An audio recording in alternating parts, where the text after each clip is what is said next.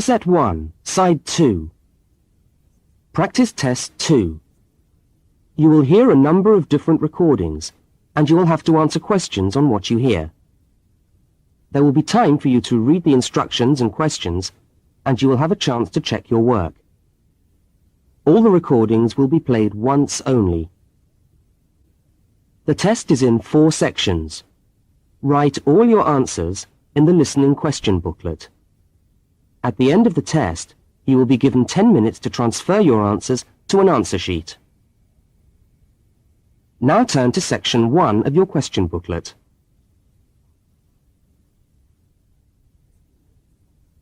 Section 1. In this section, you will hear 2 overseas students, Kate and Lukey, being interviewed by a university counsellor. First look at questions 1 to 5.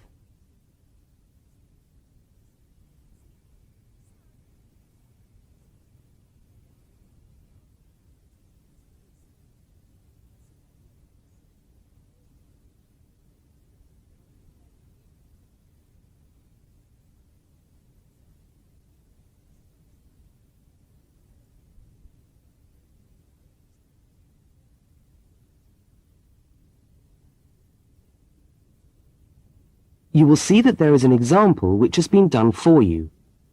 On this occasion only, the conversation relating to the example will be played first.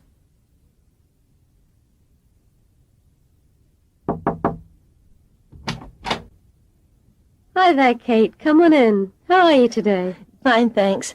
Hi, Lukey. How's things? Okay. Well, as I explained on the phone, I'm a counsellor here at the Student Services section of the university. And I'm interviewing overseas students to help me draw up a guide for new students.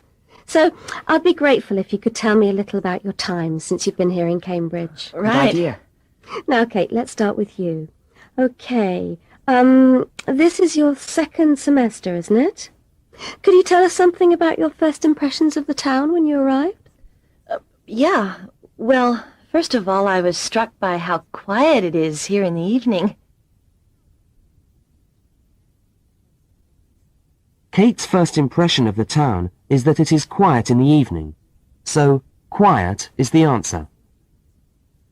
Now we shall begin. You should answer the questions as you listen, because you will not hear the recording a second time. Now listen to the first interview with Kate and complete the notes by filling in the numbered spaces 1 to 5.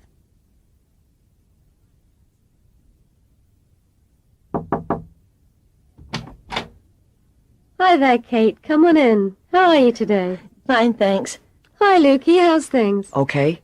Well, as I explained on the phone, I'm a counsellor here at the Student Services section of the university.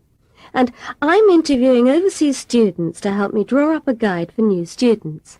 So I'd be grateful if you could tell me a little about your time since you've been here in Cambridge. Right. Good idea. Now, Kate, let's start with you. Okay, this is your 2nd semester, isn't it? Could you tell us something about your first impressions of the town when you arrived? Yeah. Well, first of all, I was struck by how quiet it is here in the evening. Yeah, I suppose Cambridge is a quiet place. Where did you live when you first arrived? Well, I went straight into student accommodation. It was a kind of student hostel. Ah, right. So, you didn't have to worry about doing your own cooking or anything like that? No, but sometimes I wished I had. The food at the hostel was awful. Oh, dear. But how were the other students? To be honest, I haven't managed to make many friends, even though the place is full. People seem to keep to themselves. They're not really very friendly. Oh, I'm sorry to hear that. Well, what about the actual course? You're studying, I'm doing a master's by coursework in environmental studies. Oh, right. And how are you finding that? Yeah, well, it's been pretty good, really. I've enjoyed the course, but I feel there hasn't been enough contact with the lecturers. Oh. They all seem to be incredibly busy. The only chance I've really had to talk to them was on the field trip. Well, that's no good. Mm-mm. Could anything be done to improve the course, in your opinion? Well, I think it would be helpful to have meetings with lecturers on the course, say once a fortnight, something like that. Regular meetings. Yes, that could certainly help. Now, Kate, we'll come back to you in a minute, but I'd just like to ask Lukey some questions. Before they continue the interview, look at questions 6 to 10.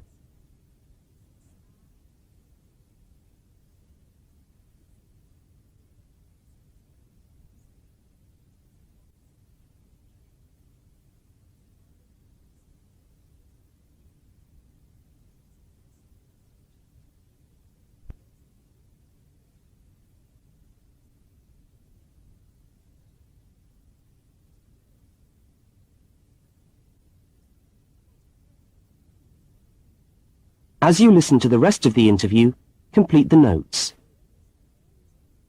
Lukey, where are you from? I am from Indonesia. And how did you find Cambridge when you first arrived? Well, I like it here. I think the city is very beautiful.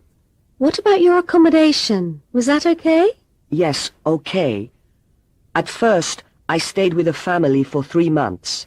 They were very kind to me, but they had 3 young children and I found it difficult to study. Right, I see. So after 3 months, I moved out, and now I live with 2 other students in a student house.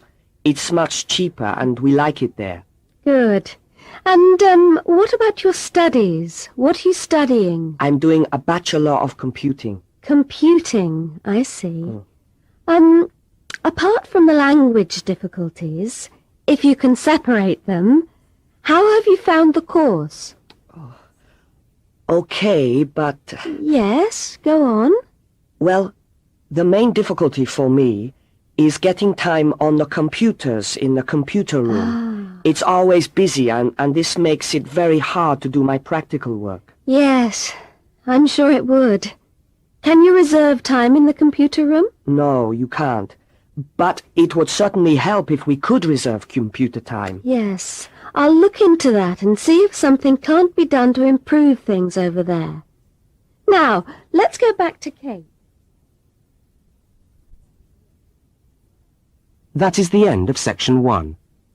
You now have half a minute to check your answers.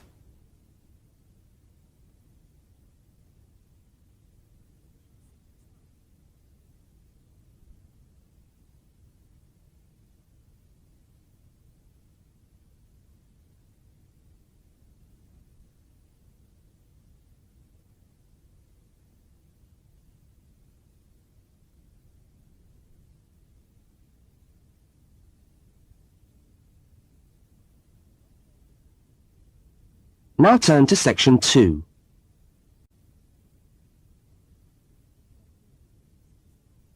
Section 2.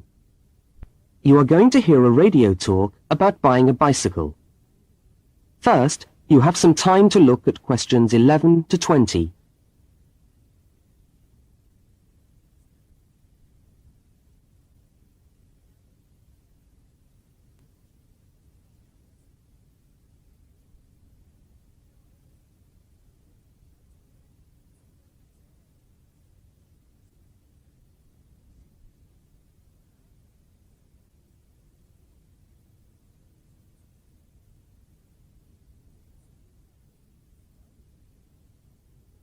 Now listen to the first part of the talk and complete the notes by filling in the numbered spaces 11 to 20. Well, last week we talked about buying camping equipment, and today I'd like to talk to you about buying a bicycle. A simple enough exercise, you might imagine, but there are lots of things to look out for to make sure you get the best deal for your money. Well, the range of bicycles is enormous. There are racing bikes, touring bikes, mountain bikes, or just plain ordinary bikes for riding round town. They vary enormously in 2 basic ways: price and quality. This means that the choice you make will probably be determined by the amount of money you want to pay, your own personal needs, what is actually available, or a compromise of all 3 things. However, in broad terms, you can spend anything from $50 to $2,000 on a bike, so you'll need to know what you're looking for. Single-speed cycles, that is bikes with no gears, are really only suited to short, casual rides.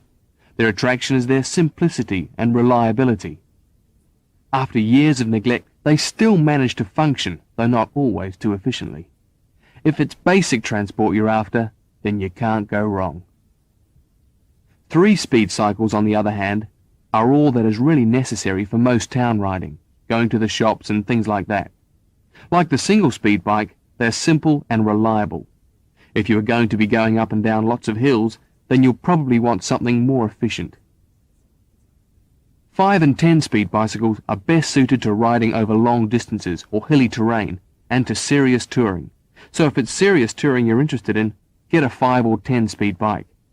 However, it's worth remembering that the difference in price between a 5 and 10-speed cycle is usually very little, and so it's well worth paying that little bit extra to get the 10-speed one. So I would tend to recommend the 10-speed bike as the price is similar. However, you'll be getting better quality components. Now the next thing we need to look at is size. Buying a cycle is like buying clothes. First of all, you find the right size, and then you try it on to see if it fits. Contrary to what you might imagine, the size of the cycle is not determined by the size of the wheels, except in children's cycles, but by the size of the frame. So you'll need to measure the length of your legs and arms to get a frame that is the right size for you. Well, that's all from Helpful Hints for today. That is the end of section 2. You now have half a minute to check your answers.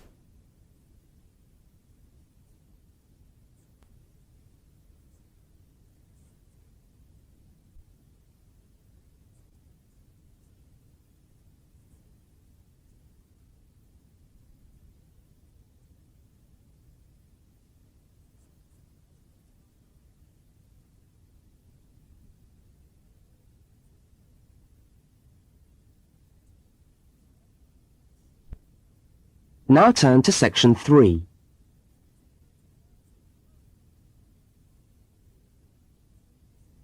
Section 3. In this section, you will hear a conversation between two students, Fiona and Martin, talking about a tutorial topic. First, look at questions 21 to 24.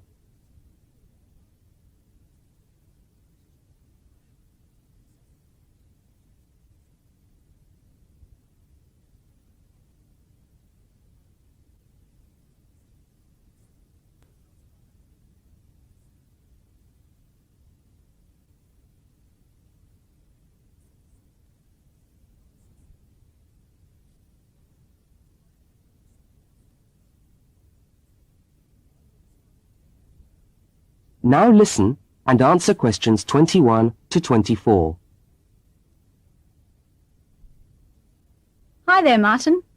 How are you going with your Australian Studies tutorial paper? Oh, good. I finished it, actually. Lucky you. What did you do it on? I'm still trying to find an interesting topic. Well, after some consideration, I decided to look at the history of banana growing in Australia. Banana growing? Yeah, banana growing. Fascinating, I'm sure. Well, it's not as boring as you'd think. And I wanted to tie it into the work I've been doing on primary industries and the economy. Anyway, I bet there are a few things you didn't know about bananas. Such as? Such as the fact that bananas were among the first plants ever to be domesticated. Oh, really? Yeah, they're an extremely nourishing food. I suppose you're going to tell me the whole history of banana growing now, aren't you? Well, it'll be a good practice run for my tutorial next week. I'll do the same for you sometime. Okay, fire away. So where were these bananas first domesticated? According to my research, the Cavendish banana, which is a type of banana, and the first type to be cultivated here, actually originated in China, but they had a fairly roundabout route before they got to Australia. You mean they didn't go straight from China to Australia? No, they didn't. It seems that in 1826, bananas were taken from South China to England. I suppose they'd have made a welcome addition to the English diet. Yes, I'm sure. Well, apparently there was an English duke who was particularly fond of bananas, and he used to cultivate them in his hothouse, which is where you have to grow them in England, of course, because of the cool climate. And they became quite popular in the UK. So he was the one responsible for cultivating the Cavendish banana, which was then introduced into Australia. I see, and we've been growing them ever since. Yeah. Now look at questions 25 to 32.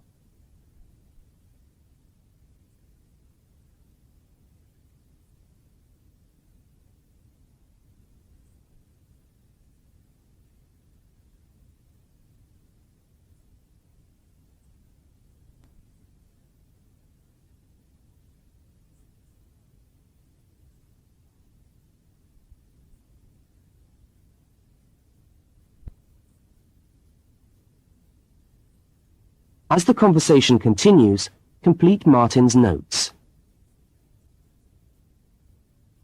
Are they hard to grow? Well, yes and no. To grow them in your garden, no, not really. But to grow them commercially, you need to know what you're doing. You see, you only get one bunch of bananas per tree, and it can take up to 3 years for a tree to bear fruit if you don't do anything special to it.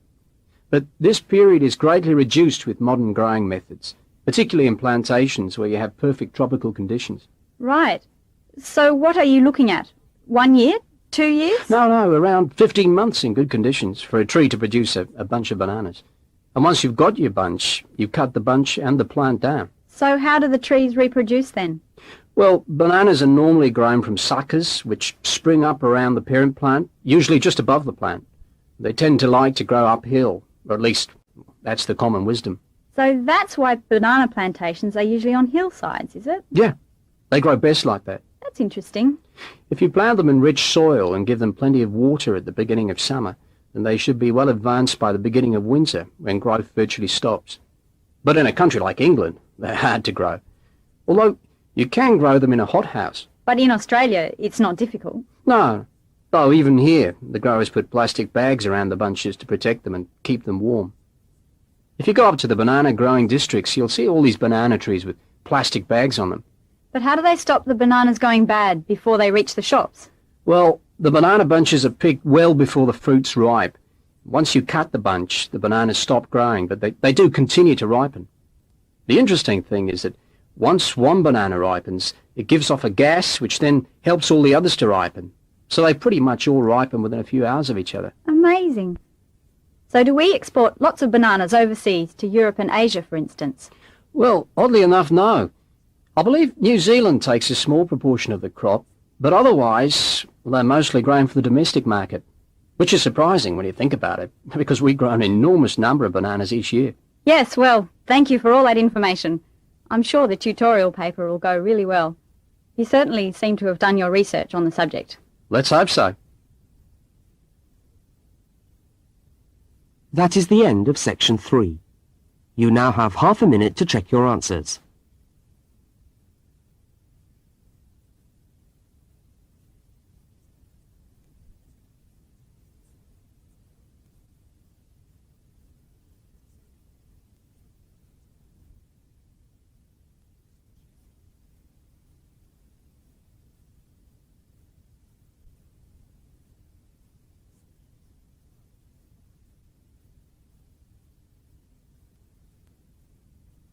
Now turn to section 4.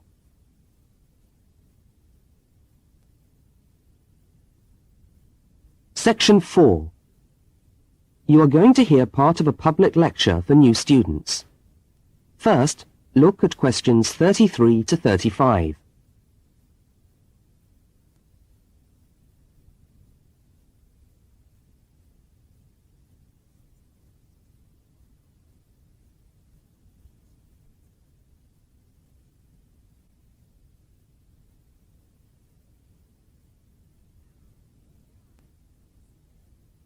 Now listen and answer questions 33 to 35.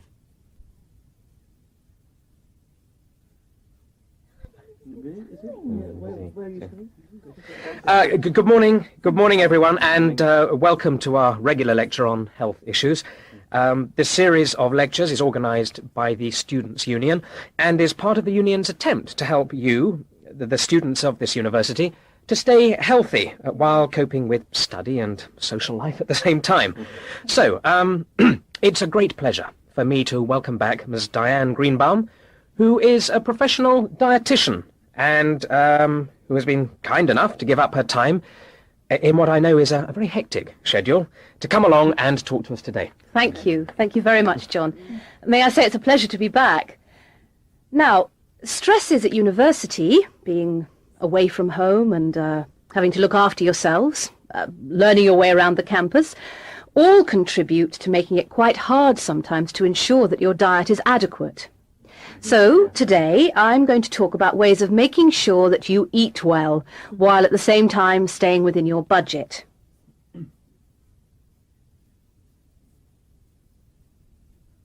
Now look at questions 36 to 41.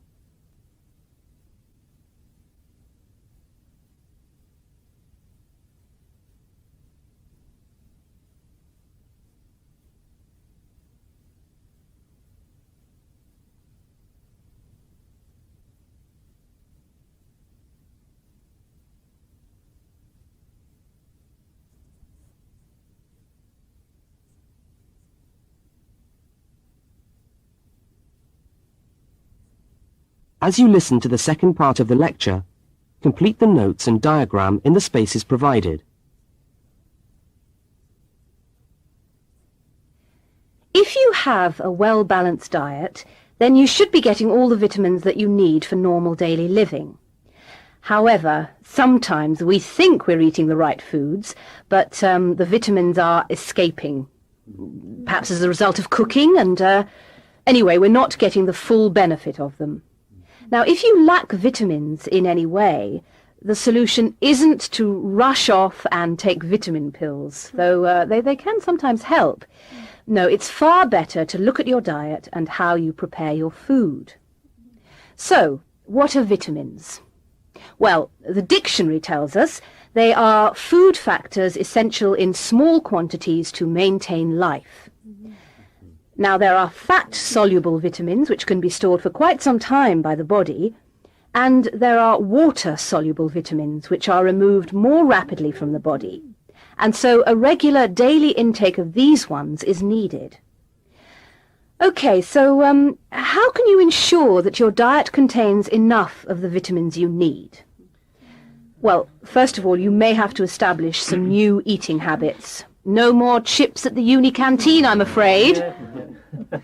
Now, firstly, you must eat a variety of foods.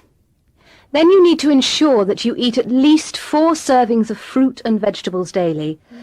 Now, you'll need to shop 2 or 3 times a week to make sure that they're fresh, and store your vegetables in the fridge or in a cool, dark place. Now, let's just refresh our memories by looking at the healthy diet pyramid. Okay, can you all see that?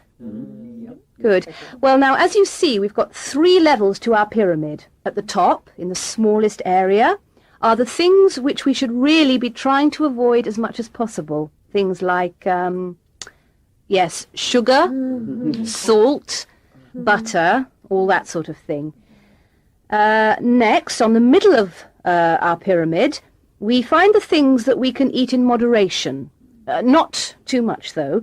And that's where we find milk, lean meat, fish, nuts, eggs. And then at the bottom of the pyramid are the things that you can eat lots of, because they're the things that are really good for you. And here we have bread, vegetables, and fruit.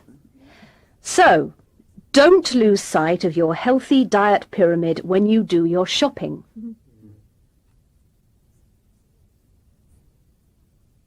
That is the end of section 4. You now have half a minute to check your answers.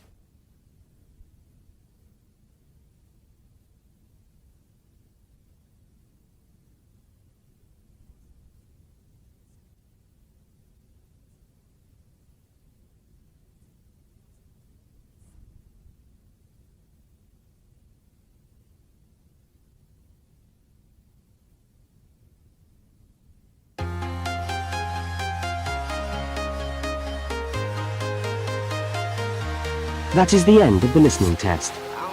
You now have 10 minutes to transfer your answers to the listening answer sheet.